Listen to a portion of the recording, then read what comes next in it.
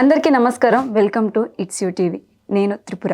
ఈరోజు మనతో ఉన్నారు ప్రముఖ ఆధ్యాత్మికవేత్త, జ్యోతిష పండితులు చిర్రావూరి అనంత శర్మ గారు.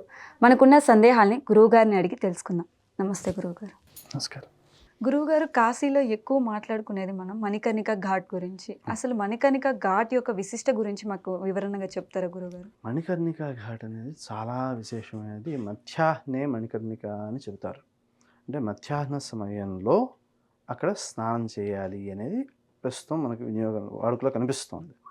అయితే మధ్యాహ్నమే ఎందుకు చేయాలి అంటే ఆ సమయానికి దేవతలందరూ వచ్చి అక్కడ స్నానాలు చేస్తారు అనేది మనకి పురాణంలో చెప్పారు. కాబట్టి ఆ సమయంలో వాళ్ళు అక్కడ ఉన్నప్పుడు అది మరింత పవిత్రమైన స్థలంగా తయారవుతుంది, తీర్థంగా తయారవుతుంది. కాబట్టి ఆ సమయంలో స్నానం చేయడం మంచిది. అయితే అక్కడ ఒక లోపం ఉంది.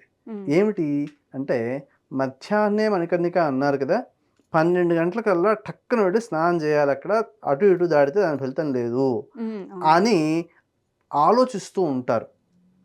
ఈ లేదు అన్నదానివల్ల ఏమైపోతుంది అంటే ఆ సమయం దాటితే సర్లే అయిపోయిందిలే వదిలేద్దాము అని వచ్చే పుణ్యాన్ని కూడా వదిలేసుకునే పరిస్థితి.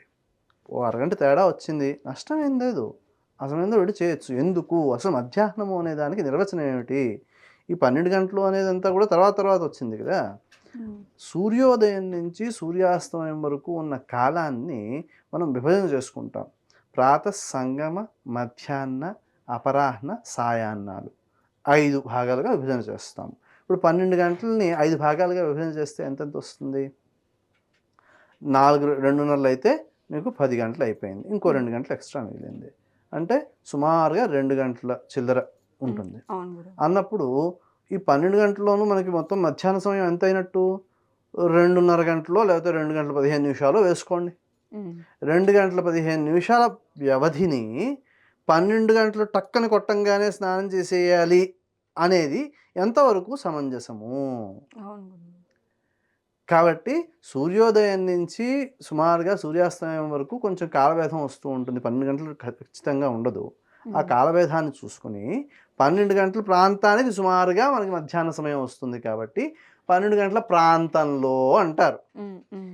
ఈ 12 గంటల ప్రాంతంలో అనేదాన్ని 12 గంటలకు అని ఖచ్చితంగా కోసినట్టుగా చెప్పేయడం అనమాట.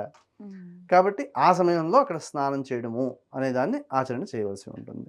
ఏదో అరగంట లేట్ అయిందని చేయడం మానేయడం కంటే ఒకసారి చేసినా ఫలితం వస్తే బాగుంటుంది అనే ఉద్దేశంతో, ఎందుకు కాశీలో ఎప్పుడు స్నానం చేసినా మంచి ఫలితమే. మధ్యాహ్నం విశేషం అనేది చెప్పినప్పుడు ఆ విశేషాన్ని ఏదో ఒక రకంగా మనం ప్రయోజనం పొందడానికి ప్రయత్నం చేయాలి కాబట్టి అనమాట. అయితే ఈ మణికర్ణిక ఘాట్ అనేది ఆ పేరు ఎందుకు వచ్చింది అంటే అది ఆ ప్రాంతాన్ని పాలించే ఆమె మణికర్ణికా దేవి. మనకి మణికర్ణికా దేవి గురించి మనకి పురాణాల్లో చెప్పబడి ఉంది. అయితే కాశీఖండంలో కూడా చెప్పారు ప్రత్యేకించి. మణికర్ణికాదేవి గురించి చెప్పారు కానీ అక్కడ మణికర్ణికాదేవి యొక్క ప్రతిష్ట కనిపించలేదు. అయితే మణికర్ణిక అని ప్రత్యేకించి చెప్పేటప్పుడు అక్కడ మరి ఆ దేవత యొక్క పూజ ఉండాలి కదా, అయితే కనిపించలేదు జనాలకి. ఈ మధ్యకాలంలో కృష్ణానందేంద్ర సరస్వతి అని చెప్పి ఒక దండిస్వామి వారు ఉన్నారు. ఆయన చాలా నియమంగా సన్యాసాశ్రమంలో చెప్పిన అన్ని నియమాలను పాటిస్తూ జీవనాన్ని గడిపారు. ప్రస్తుతం లేరు మహాత్ములు.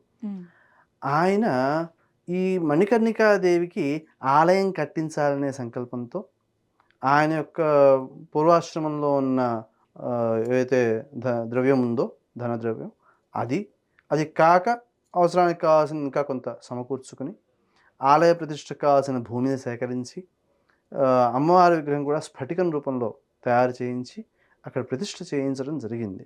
అయితే మొత్తం అన్నీ ఏర్పాటు చేసుకున్న తర్వాత వారు పరమపదించారు. అయితే అది తర్వాత ఒక సంస్థ ఆధ్వర్యంలో అది నిర్వహించడం జరిగింది. ప్రతిష్ఠ కూడా సజావుగా సాగాయి. ఈ మణికర్ణికాదేవి యొక్క విశేషం ఏంటంటే ఆమె రూపము బాల, అంటే చిన్నపిల్ల అన్నమాట.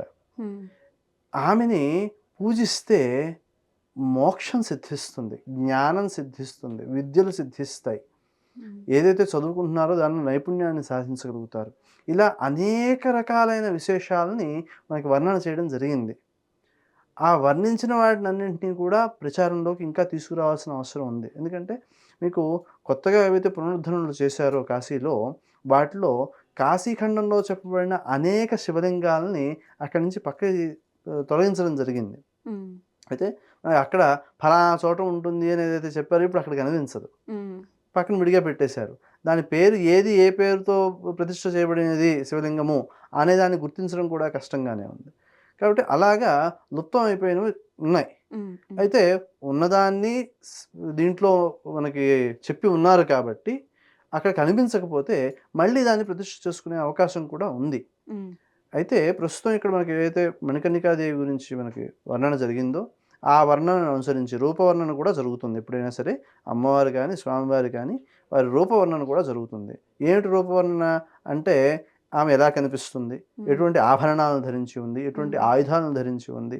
ఇలాంటి వాటన్నింటి కూడా వర్ణన జరుగుతుంది.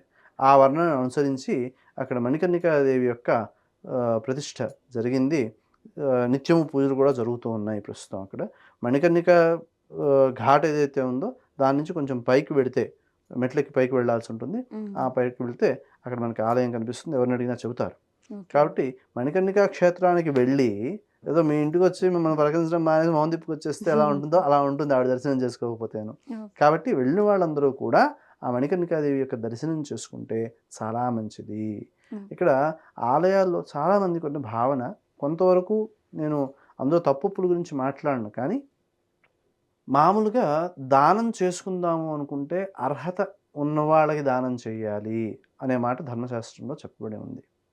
కాశీలో ఉన్న విశేషం ఏమిటి అంటే ఏ పుణ్యం చేసినా కొన్ని వేల రెట్లు ఫలితాన్ని ఇస్తుంది. మనస్ఫూర్తిగా చేయాలి. హ్మ్. మామూలుగా జపం చేసుకుంటే ఇక్కడ వచ్చే ఫలితానికి జీవితకాలంలో జపం చేయకపోయినా చివరి దశలో కాశీకి వెళ్ళిపోదాము అనుకోవడంలో ఉద్దేశ్యం ఏమిటి అంటే అక్కడ ఒక 3 నిమిషాలు చేస్తే ఇక్కడ 12 సంవత్సరాలు జపం చేసిన ఫలితం వస్తుంది. హుహు. అంత విశేషంగా చెప్పారు. అంటే లెక్కల్లో వేసుకునేటట్లయితే. హ్మ్. హ్మ్. అన్నప్పుడు ఏమైపోయింది? 4, 5 గంటలు కూర్చొని చేస్తే ఎంత పుణ్యం వచ్చేసింది? హ్మ్. ఎందుకు వెళ్లి చేయాలి అక్కడికి? అంటే మోక్షం రావడం కోసమే చేసుకోవాలి. హ్మ్. కోరికలు తీరడం ప్రధానం. భగవదారాధన కోరిక తీరడం కోసం కూడా చెయ్యాలి. ఎందుకు? ఆ కోరిక మిగిలిపోతే మళ్ళీ ఇంకో జన్మ వచ్చేస్తుంది. హ్మ్. కాబట్టి వాటితో ప్రమేయం లేకుండా మనకి మళ్ళీ జన్మ వద్దు, మోక్షమే కావాలి అనే పట్టుదలతో చేసుకోవాల్సి ఉంటుంది. హ్మ్. ఈ జపాలన్నీ చేసుకోవడం దేనికి అక్కడికి వెళ్లి కూర్చొని చేసుకుంటే ఏమొస్తుంది? అంటే ఏవైనా పాత బాకీలు ఉంటే అవి తీరిపోతూ ఉంటాయి. హ్మ్. ఎలా తీరిపోతాయి? అంటే ఇప్పుడు ఒక వ్యక్తికి ఒక యాక్సిడెంట్ అవ్వాలి. హ్మ్. రాసిపెట్టుంది. ఏం చేయలేం. కానీ దాని యొక్క తీవ్రత చాలా ఎక్కువ ఉందనుకోండి. మన చేతుల్లో ఉండదు. హ్మ్. కానీ తగ్గే అవకాశం ఉంది అనే పరిస్థితి జాతకంలో కనిపిస్తే తగిన జపాలు చేసుకుని పుణ్యం పెంచుకుంటే పుణ్యం పెరిగే స్థాయిని బట్టి ఇక్కడ కూడా స్థాయి భేదం ఏర్పడుతుంది. హ్మ్. యాక్సిడెంట్ అవ్వాలి. ఒకటి మరణం. దాన్ని ఏం చేయలేము ఇంకా. హ్మ్. కాదు కొంచెం కిందకొచ్చింది పుణ్యం పెరిగి. అంటే అది ఆకస్మిక మరణం అయినట్లయితే కొంచెం కిందకొచ్చింది. కొంచెం కాళ్ళు చేతులు గట్టిగానే విరిగాయి.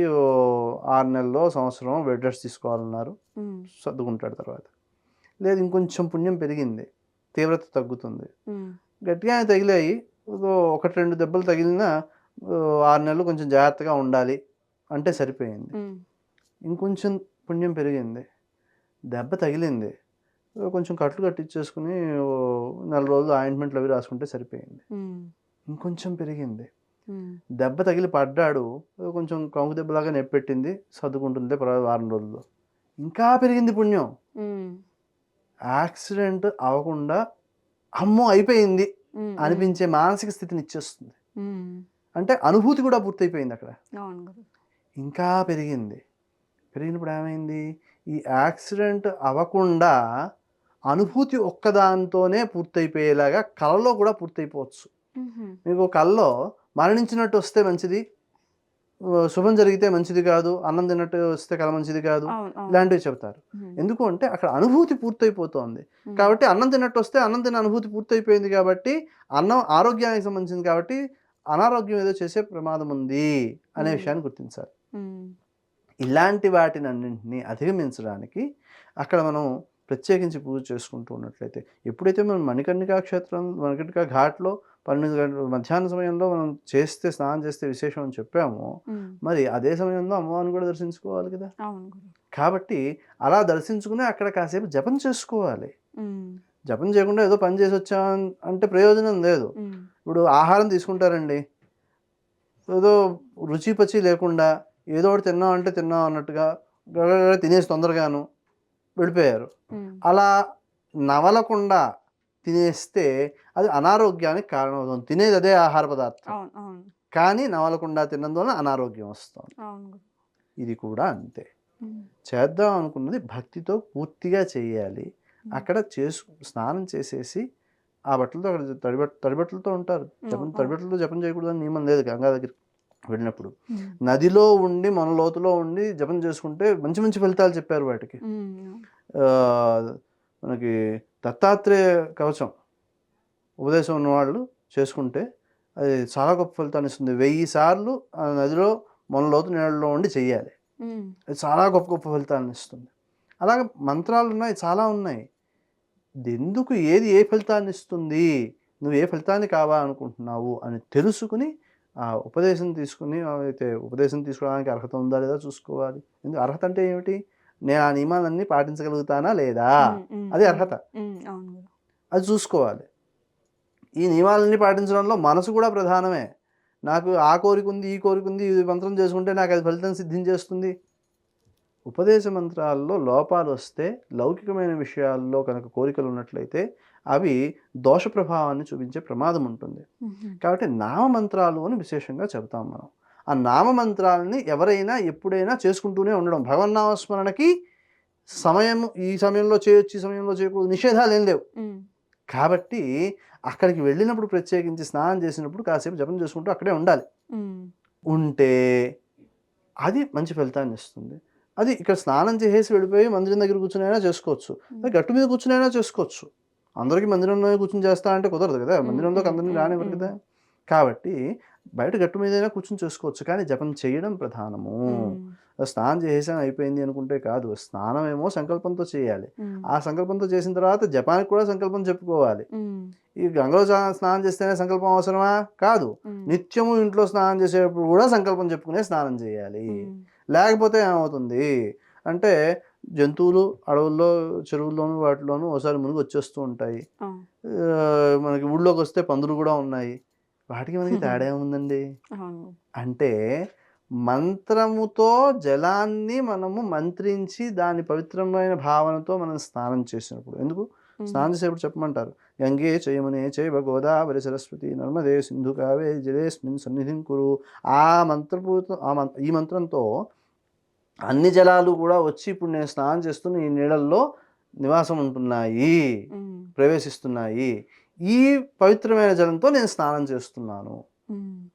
భావం లేకపోతే ఏమైపోయింది? కాబట్టి ఆ భావంతో సంకల్పం చెప్పుకుని స్నానం చేసినప్పుడు దానివల్ల వచ్చే విశేషము ఫలితము పుణ్యం. స్నానదానాదులకు అక్షయ ఫలము అని పంచాంగాల్లో రాస్తూ ఉంటారు. స్నానం చేస్తే కూడా ఇంత ఫలితం ఎందుకు వస్తుంది? ఉత్తి పుణ్యాన్నే. మన సంకల్పం చెప్పకపోతే వాటికి మనకి తేడా లేదు ఇంకా. కాబట్టి నిత్యము ఇంట్లో కూడా సంకల్పం చెప్పుకునే స్నానం చేయాలి. అలాగా మనకి స్నానం చేయడము, జపం చేసుకోవడము, దర్శనము, ఇవి 3 విశేషమైన కార్యక్రమాలుగా కాశీలో చెబుతారు. కాబట్టి ఉదయకాలం స్నానం చేసినా సరే మళ్ళీ మధ్యాహ్నం కూడా వెళ్ళి స్నానం చేయగలిగితే చేసి జపం చేసుకోవడం అనే దానికి ప్రాధాన్యం ఇవ్వడం మంచిది. ధన్యవాదాలు గురువు గారు.